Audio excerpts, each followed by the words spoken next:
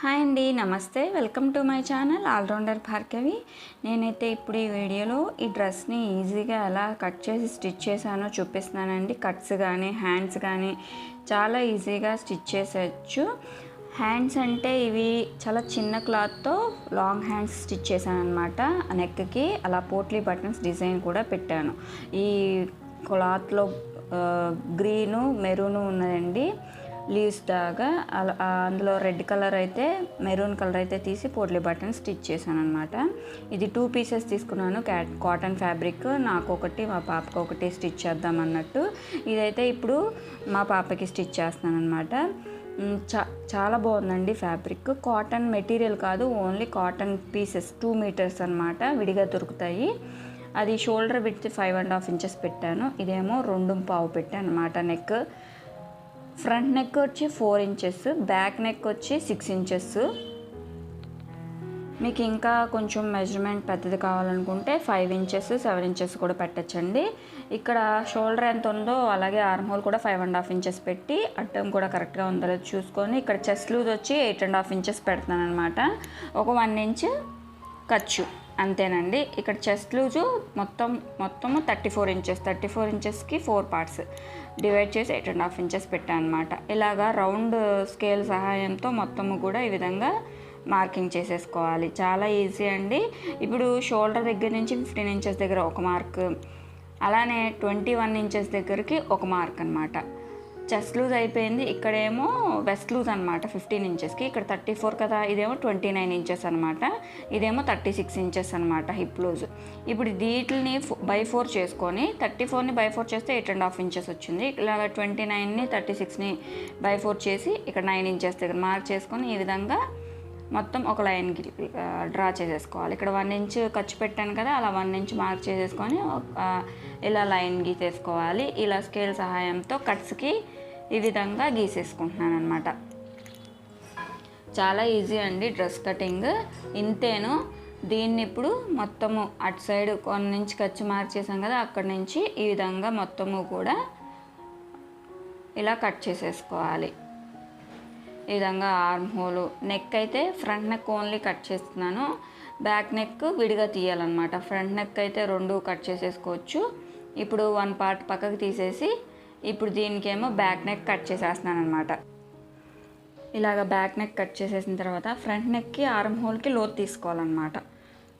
బ్లౌజ్కి కానీ డ్రెస్కి కానీ దేనికైనా ఫ్రంట్ వైపు ఆర్మ్ హోల్ లోతు తీసుకోవాలి. ఒక 1/2 ఇంచ్ ఇలా డ్రా చేసేసుకొని దీని ప్రకారం ఇంతే కట్ చేసేసుకోవటం, అంతేనండి. ఇప్పుడు ఈ పార్ట్స్లో మనం హ్యాండ్స్ కట్ చేయాలన్నమాట. ఇక్కడ ఎగుడు దిగుడు కూడా ఉంది, జాగ్రత్తగా చూసి కట్ చేయాలి. ఇక్కడ పెట్టేసి కట్ చేస్తున్నాను అనమాట. కొంచెం మీకు అర్థమయ్యేటట్టు దగ్గరగా చూపిస్తున్నాను. ఇప్పుడు ఈ పార్ట్స్ని ఇలా 4 పార్ట్స్ని కరెక్ట్గా సమానంగా పెట్టుకొని, ఫస్ట్ ఎట్ సైడు అయితే ఇది సన్నగా ఉంది కదండి, సో అందుకని చెప్పి నేను పొడవు చేతిలో పెడుతున్నాను. 13 ఇంచెస్ అనమాట. ఇక్కడి నుంచి ఇక్కడికి ఒక మార్క్ చేసేస్తున్నానండి. ఇది కట్ చేసేస్తాను. సో 13 ఇంచెస్కి 14 ఇంచెస్కి మార్క్ చేశాను. ఇక్కడ నుంచి డౌన్ 3.5 ఇంచెస్ పెట్టాను అనమాట. లాంగ్ హ్యాండ్స్ కదా, ఇక్కడికి ఇలా రౌండ్ షేప్కి మనం మార్క్ చేస్తే హ్యాండ్స్కి కరెక్ట్గా 7 ఇంచెస్ ఉందంటే పక్కన క్లాత్ పడుతుంది అనమాట. ఇంత సన్న పార్ట్స్ మీద హ్యాండ్ అయితే రాదు కదండి. సో ఈ పార్ట్స్ని ఇక్కడ ఇలా జాయింట్ చేసుకోవాలన్నమాట. మనం ఇక్కడ 2 పీసెస్ ఉన్నాయి, అలానే ఇక్కడ కూడా కట్ చేయాలి. ఇటు సైడ్ కూడా, ఇది కూడా 4 పీసెస్ అన్నమాట. సో ఇక్కడ క్లాత్ ఎలాగో అటాచ్ అయ్యి ఉంటుంది కదా, ఫోల్డింగ్ ఉంటుంది కదా, సో దాన్ని కూడా కట్ చేసేస్తున్నాను. అంటే ఇవి ఒక్కొక్క హ్యాండ్కి 4 ముక్కలు అటాచ్ చేయాలన్నమాట. నేను ఒక ముక్క మటుకు పైపింగ్ వేసేసి అటాచ్ చేసేసాను అనమాట. మీరు డ్రెస్ కుట్టడం చూసారు కదా, డ్రెస్ కుట్టింది. సో ఇలాగ మనం ఆర్మ్ హోల్కి పెట్టుకుంటే దగ్గరగా 7.5 ఇంచెస్ వచ్చింది. ఇప్పుడు ఈ పీస్ ఏం చేస్తానంటే నేను మెడకి క్లాత్ వేస్తున్నాను. మెడకి పట్టి పైన వేసాను కదా, అలా ఫ్రంట్ నెక్కి దీని ప్రకారం ఫస్ట్ ఫ్రంట్ నెక్కి దీని ప్రకారం గీసేసుకొని మళ్ళీ దీని చుట్టూ ఒక 2 ఇంచెస్ ఇలా మార్క్ చేసుకుంటూ గీస్తున్నాను అనమాట.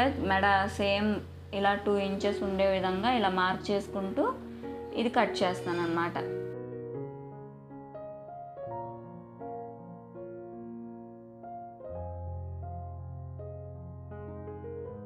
ఇలాగా నెక్ మొత్తము కట్ చేసేసుకోవాలి. పై నెక్, ఫ్రంట్ నెక్ మాత్రమే. నేను ఇది జస్ట్ కుర్తీస్ కూడా వేసుకోవచ్చండి. మనం ఓన్లీ బ్లౌజ్ నెక్లకే వేసుకోని అవసరం లేదు. మోడల్ అనేది ఈ విధంగా బక్రం క్లాత్ మీద ఇస్త్రీ చేసేస్తే అతుక్కుపోతుంది అన్నమాట. ఇప్పుడు దీన్ని కట్ చేస్తున్నాను నెక్ ప్రకారము.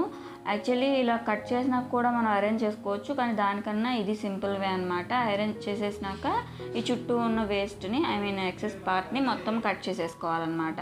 ఇప్పుడు దీన్ని ఈ పీస్ తీసుకొని మన దగ్గర వేస్ట్ క్లాత్లు ఉంటాయి కదండి, మీకు ఇష్టమైతే వేసుకోవచ్చు. ఇక్కడ నేను ఇది కలిసే క్లాత్ తీసుకొని ఒక 2 ఇంచెస్ వెడల్పు 2 ఇంచెస్ పొడవుతోటి ఇలాగ స్క్వేర్ తీసుకొని, ఇది హాఫ్ పార్ట్ ఏమో ఇలాగా మొత్తం పోట్లీ బటన్స్కి క్లాత్లు కట్ చేశానండి. హాఫ్ పార్ట్ ఏమో పైపింగ్ థ్రెడ్కి కట్ చేశాను అనమాట. స్కేల్ అంత వెడల్పు తీసుకొని ఇలాగ ఒకటి కొలుచుకుంటే చాలండి, మిగతాదంతా మనం దాని సహాయంతో దాని కొలతతో కట్ చేసేసుకోవచ్చు. ఇక్కడ పోట్లీ బటన్స్ ఈ విధంగా పెట్టి రెడీ చేసేసుకోవాలన్నమాట ఈ క్లాత్లన్నీ. దీన్ని స్కేల్ అంత వెడల్పుతో ఇలాగా క్రాస్ పీసెస్ కింద కట్ చేసేసుకోవాలన్నమాట. ఈ క్రాస్ పీసెస్ని ఈ విధంగా ఎదురు బొద్దు ఈ విధంగా క్రాస్ పీసెస్ అటాచ్ చేస్తే స్ట్రైట్ పీస్ అనేది వచ్చేస్తుంది అనమాట. ఇప్పుడు మనము బక్రం క్లాత్తో అటాచ్ చేసాం కదా, ఆ cloth dress cloth front part రెండు అటాచ్ చేసేస్తున్నాను. నెక్ని అటాచ్ చేసేసిన తర్వాత పైపింగ్ వేస్తున్నాను అనమాట. పైపింగ్ నేను డబల్ పాదంతో వేసేస్తానండి. ఇదిగోండి ఇలాగా పైపింగ్ థ్రెడ్ పెట్టేసుకొని ఫస్ట్ పైపింగ్ థ్రెడ్ రెడీ చేసుకోవాలి. ఇలాగా డబల్ పాదంతో కొంచెం పాదాన్ని పక్కకి జరిపేసేస్తే పైపింగ్ థ్రెడ్ ఈజీగా నీట్గా వచ్చేస్తుంది. ఈ పైపింగ్ థ్రెడ్ని ఈ విధంగా ఫ్రంట్ నెక్కి పై వైపున ఈ విధంగా పెట్టి అటాచ్ చేసేయాలి. అటాచ్ చేసేసిన తర్వాత లోపల వైపుకి తిప్పి ఫోల్డ్ చేసి స్టిచ్ చేసేసేయటమే.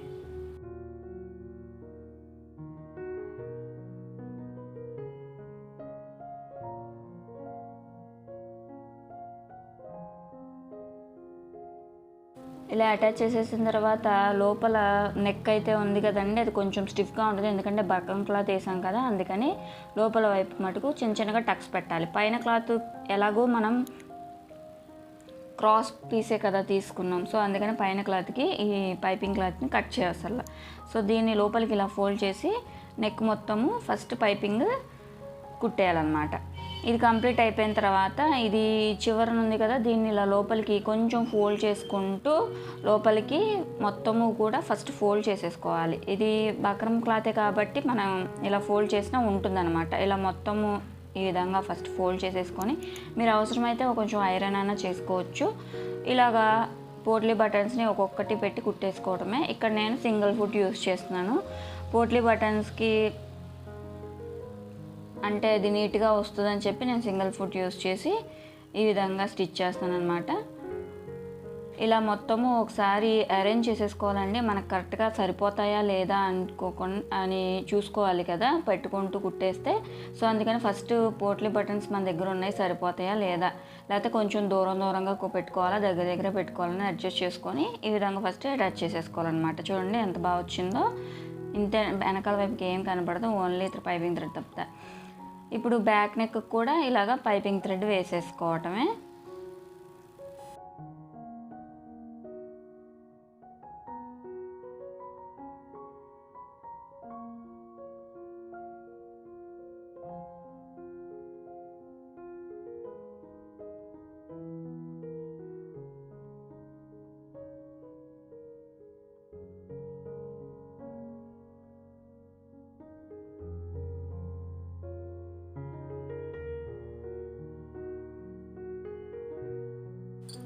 ఫ్రంట్ నెక్కి ఏ విధంగా పైపింగ్ వేసామో అలానే బ్యాక్ నెక్ వేసేసుకున్న తర్వాత నెక్ స్టిచ్చింగ్ కంప్లీట్ అయిపోయింది కదండి, అందుకని షోల్డర్స్ జాయింట్ చేసేసుకోవాలి. డబల్ స్టిచ్తో షోల్డర్స్ రెండింటిని జాయింట్ చేసేసేయాలి.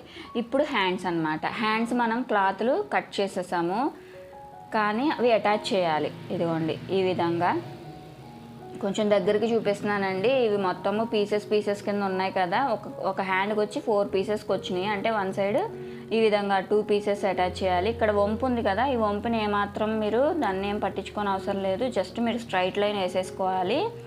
ఇదిగోండి దీన్ని వెనక్కి తిప్పితే మీ వంపు వస్తుంది అనమాట. ఇదిగోండి వంపు, ఇది ఈ ఎక్సెస్ పార్ట్, దీన్ని కట్ చేసేసుకోవాలి. ఇప్పుడు 1 పీస్ రెడీ అయ్యింది. అలానే దీనికి ఇంకొక పీస్, ఇలా 4 పీసెస్ వస్తాయి ఈ అటాచ్మెంట్లు. ఒక హ్యాండ్కి వచ్చి 2 పీసెస్ అనమాట. ఇప్పుడు ఈ రెండిటిని మిడిల్లో మనం పైపింగ్ వేసుకోవాలన్నమాట. ఈ విధంగా 4 పీసెస్ వచ్చినాయి చూసారు కదా. అంటే మొత్తం 8 పీసెస్ కట్ చేసామన్నమాట హ్యాండ్కి. ఇంకా నాకు కుట్టేటప్పుడు కొంచెం ఆర్మ్ హోల్స్లో కొంచెం క్లాత్ కూడా ఎక్సెస్ యాడ్ అయిందండి. ఇదిగోండి, ఇప్పుడు మధ్యలో మనం మొత్తము ఇలా అతుకులని తెలియకుండా ఒక అతుకు మటుకు, అంటే షోల్డర్ మిడ్ పాయింట్లో మటుకు ఈ విధంగా పైపింగ్ వేసి మేనేజ్ చేసుకోవచ్చు. అది మోడల్గాను ఉంటుంది, కొంచెం క్లాత్లు అడ్జస్ట్ చేసినట్టు కూడా ఉంటుంది అన్నమాట. ఈ విధంగా ఫస్ట్ మిడిల్లో ఈ విధంగా పైపింగ్ వేసేస్తే నీట్గా ఉంటుంది అన్నమాట. అలానే ఇంకో హ్యాండ్కి కూడా ఈ విధంగానే అటాచ్ చేసేసుకోవాలి. ఇప్పుడు మామూలు క్లాత్లు అరేంజ్ చేసాం అంతే, మన హ్యాండ్ ఓన్లీ కట్ చేయలేదు కదా కటింగ్ అప్పుడు. సో దీన్ని అటాచ్ చేసేసిన తర్వాత ఇప్పుడు కట్ చేసుకుంటే మీకు ఈజీగా ఉంటుంది అన్నమాట. ఇక్కడ 3.5 ఇంచెస్ డౌన్ పెట్టుకొని, ఇక్కడ 1 ఇంచ్ పెట్టుకొని ఇలా హ్యాండ్ రౌండ్ గీసేసేయాలి. ఇక్కడ చూస్తేనే తెలుస్తుంది కదండి, కొంచెం సన్నగా ఉంది కదా.